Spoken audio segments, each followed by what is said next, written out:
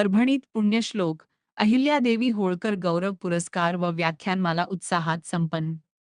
पुण्यश्लोक अहिल्यादेवी होळकर यांच्या पुण्यतिथीनिमित्त दत्तात्रय रोंढे व गंगाबाई दत्तात्रय रोंढे यांच्या स्मृतिप्रित्यर्थ आयोजित व्याख्यानमाला व पुण्यश्लोक अहिल्यादेवी होळकर गौरव पुरस्कार वितरण सोहळा गुरुवारी 13 ऑगस्ट रोजी श्री शिवाजी महाविद्यालयाच्या सभागृहात उत्साहात संपन्न झाला।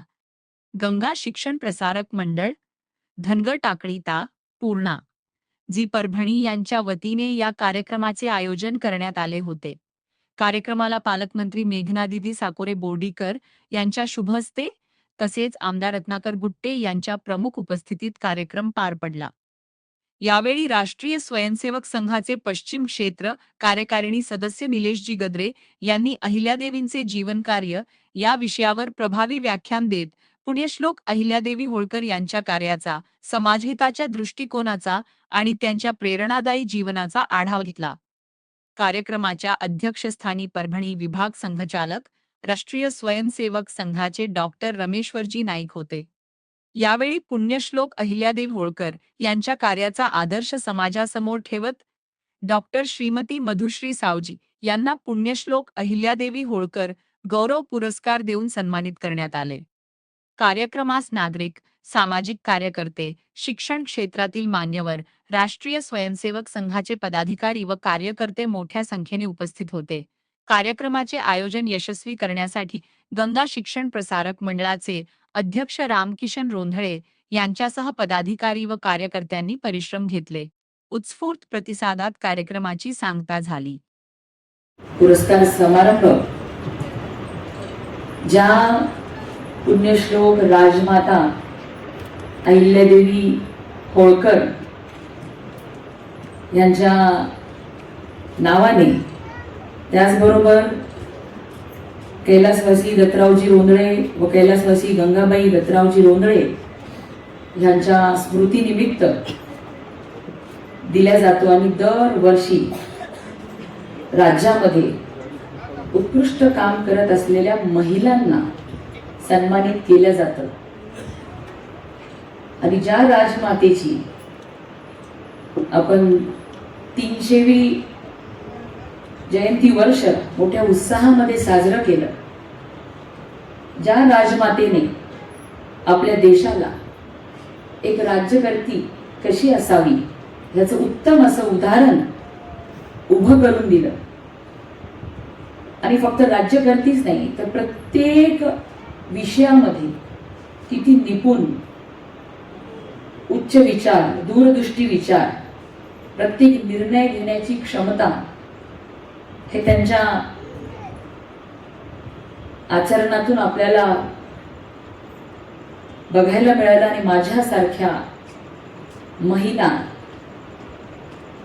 ज्या या देशामध्ये फक्त राजकीय क्षेत्रामध्येच नाही तर प्रत्येक क्षेत्रामध्ये स्वतःचं अस्तित्व निर्माण करू इच्छितात, त्या पिढ्यानपिढ्या प्रत्येक या देशाच्या स्त्री शक्तीला, मातृशक्तीला प्रेरणा देणारी आपली पुण्यश्लोक अहिल्यादेवी होळकर, आज त्यांची पुण्यतिथी आहे।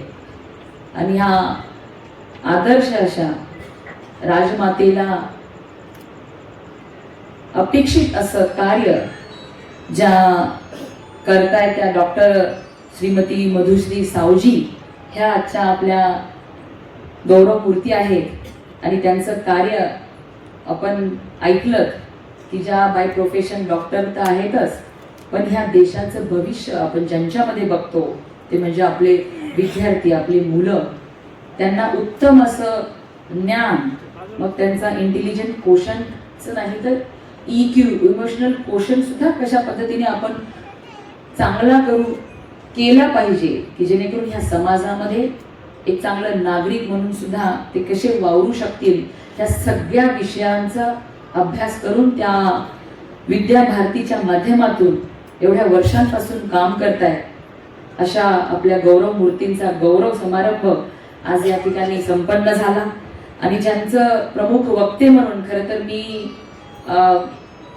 थोडं मला यायला सकाळी 4 वाजता 3:30 वाजता उठली, 4 वाजता एअरपोर्टला जायला निघाले, 5:40चं विमान पकडून संभाजीनगरहून प्रवास करून आल्यानंतर दिवसभर कार्यक्रम करत या ठिकाणी यायला मला उशीर झाला.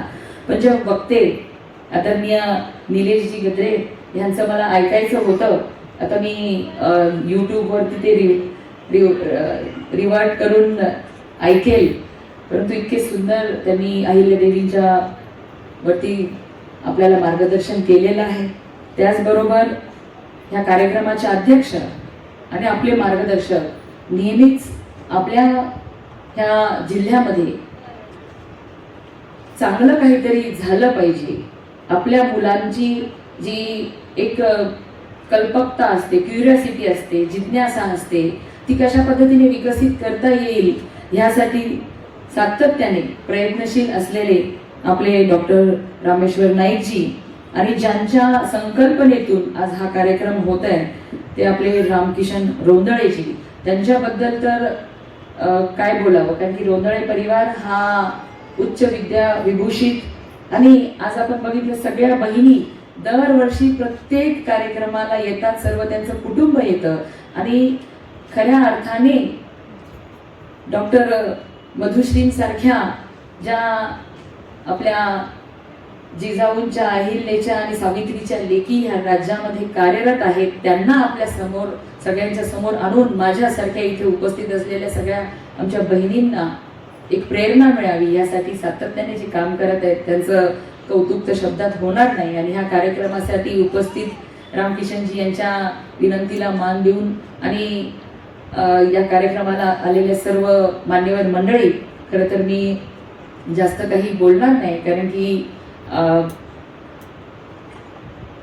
ज्या पद्धतीने यापूर्वी माझ्यापूर्वी सगळ्या वक्त्यांनी या ठिकाणी सांगितलं, रामकिशनजी मला आणखीन एक आनंदाची बाब या ठिकाणी सांगायची. हे 4थंच वर्ष आहे आपल्या ह्या पुरस्कार सोहळ्याचं, पण खास पोहरा विमेन इन पॉलिटिक्सवर PhD करणारी आमची राजश्री आडे सुद्धा या कार्यक्रमाला आवर्जून आलेली आहे आणि नांदेडहून सुद्धा आपल्या महानगरपालिकेच्या महिला व बालकल्याण सभापती सोनीताई सुद्धा खास आपल्या या कार्यक्रमाचे आलेल्या आहेत.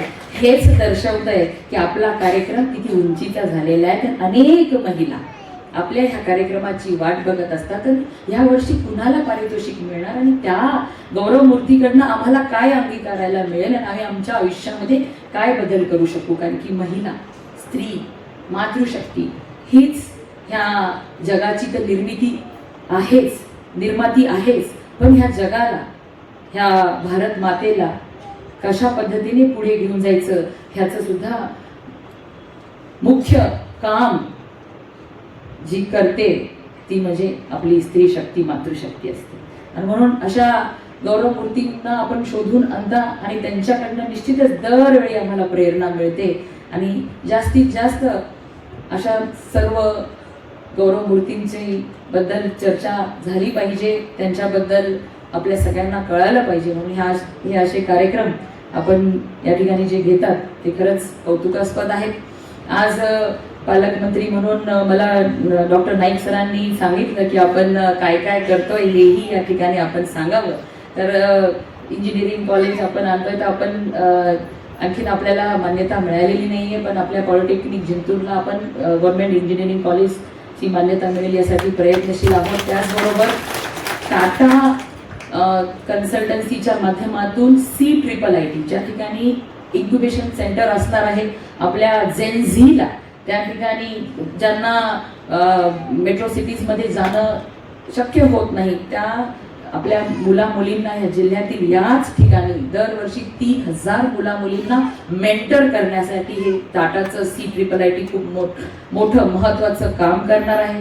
त्याचबरोबर आपण सगळ्यांनी ऐकलं असणार की येत्या 16 तारखेला आपण इन्व्हेस्ट इन परभणी हा कार्यक्रम या ठिकाणी घेत आहोत, कारण की 14 वर्षानंतर परभणीची लेक पालकमंत्री झाली म्हणून खूप साऱ्या अपेक्षा माझ्याकडनं आहेत. याची जाणीव प्रत्येक मिनिटाला मला आहे. पण ह्या 1.5 वर्षामध्ये सातत्याने प्रयत्न करत आपल्या परभणीमध्ये, परभणी फक्त परभणीच नाही तर मराठवाडा हा स्थलांतरितांचा मराठवाडा झालेला आहे. दुर्दैवाने हजारोंच्या संख्येने प्रत्येक जिल्ह्यातून तरुण कामाच्या शोधामध्ये मोठ्या शहरांमध्ये जात आहे, पण आपल्या शहरामध्येच, आपल्या जिल्ह्यामध्येच एवढी काही क्षमता आहे. याच ठिकाणी आपण अनेक चांगले उद्योगधंदे उभारू शकतो ह्याची जाणीव केंद्रातील पंतप्रधान नरेंद्र मोदीजींच्या नेतृत्वामधल्या ज्या काही योजना आहेत आणि आपले मुख्यमंत्री आदरणीय देवेंद्र फडणवीस साहेबांनी आपल्या परभणीसारख्या जिल्ह्यांकडे विशेष लक्ष केंद्रित केल्यामुळे अनेक चांगल्या योजना आपल्यासाठी आपण आणलेल्या आहेत आणि त्यासाठी मागच्या 1.5 वर्षापासून सातत्याने प्रयत्न करून मला आनंद होतो या ठिकाणी आम्ही 16 तारखेला ते जाहीर करणारच आहोत, पण 1000 ते 1200 कोटीची इन्व्हेस्टमेंट आपली ह्याच महिन्यामध्ये MOU आपले साईन उद्या 16 तारखेलाच होणार आहेत आणि ज्याच्या माध्यमातून 8 ते 10 हजार प्रत्यक्ष अप्रत्यक्ष रोजगार आपल्या मुलामुलींना आपण या ठिकाणी देणार आहोत। आणि एवढंच नाही तर ह्याला अलाईन आणखी बऱ्याचशा इंडस्ट्री टप्प्याटप्प्याने आपल्या जिल्ह्यामध्ये उभारलेल्या आपल्या सर्वांना दिसणार आहे। अनेक क्षेत्रांमध्ये आपल्या सगळ्यांच्या मार्गदर्शनामध्ये आपण सातत्याने काम चालू केलेलं आहे।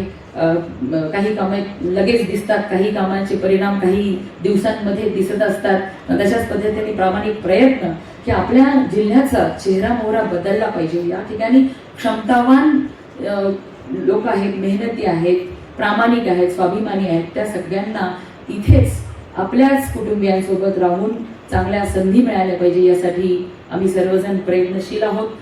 हाही कार्यक्रम आपण येणाऱ्या दिवसांमध्ये होणार आहेत आणि उद्या फक्त इन्व्हेस्ट इन परभणी हा 16 तारखेला कार्यक्रम झाला की याच्या पुढे होणार नाही असं नाही। दर 3 महिन्याला आमचं टार्गेट आहे की दर 3 महिन्याला किमान 300 कोटीची इन्व्हेस्टमेंट आपल्या जिल्ह्यामध्ये आली पाहिजे, प्रत्यक्षात ती उतरवली पाहिजे आणि यासाठी सातत्याने मुख्यमंत्री महोदयांच्या मदतीने आपण हे काम करत आहोत आणि यापुढे अनेक चांगली कामं आपल्या सगळ्यांच्या मदतीने आपण या ठिकाणी करणार आहोत।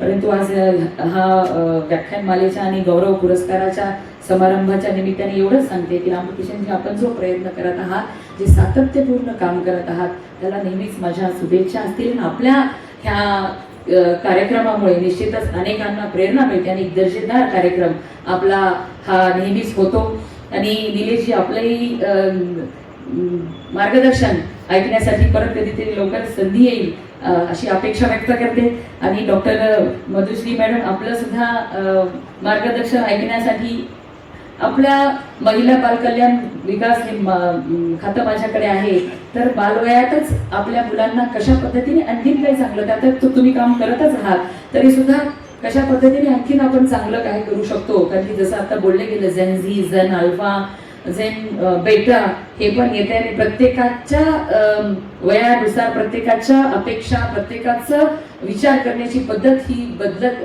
चाललेली आहे।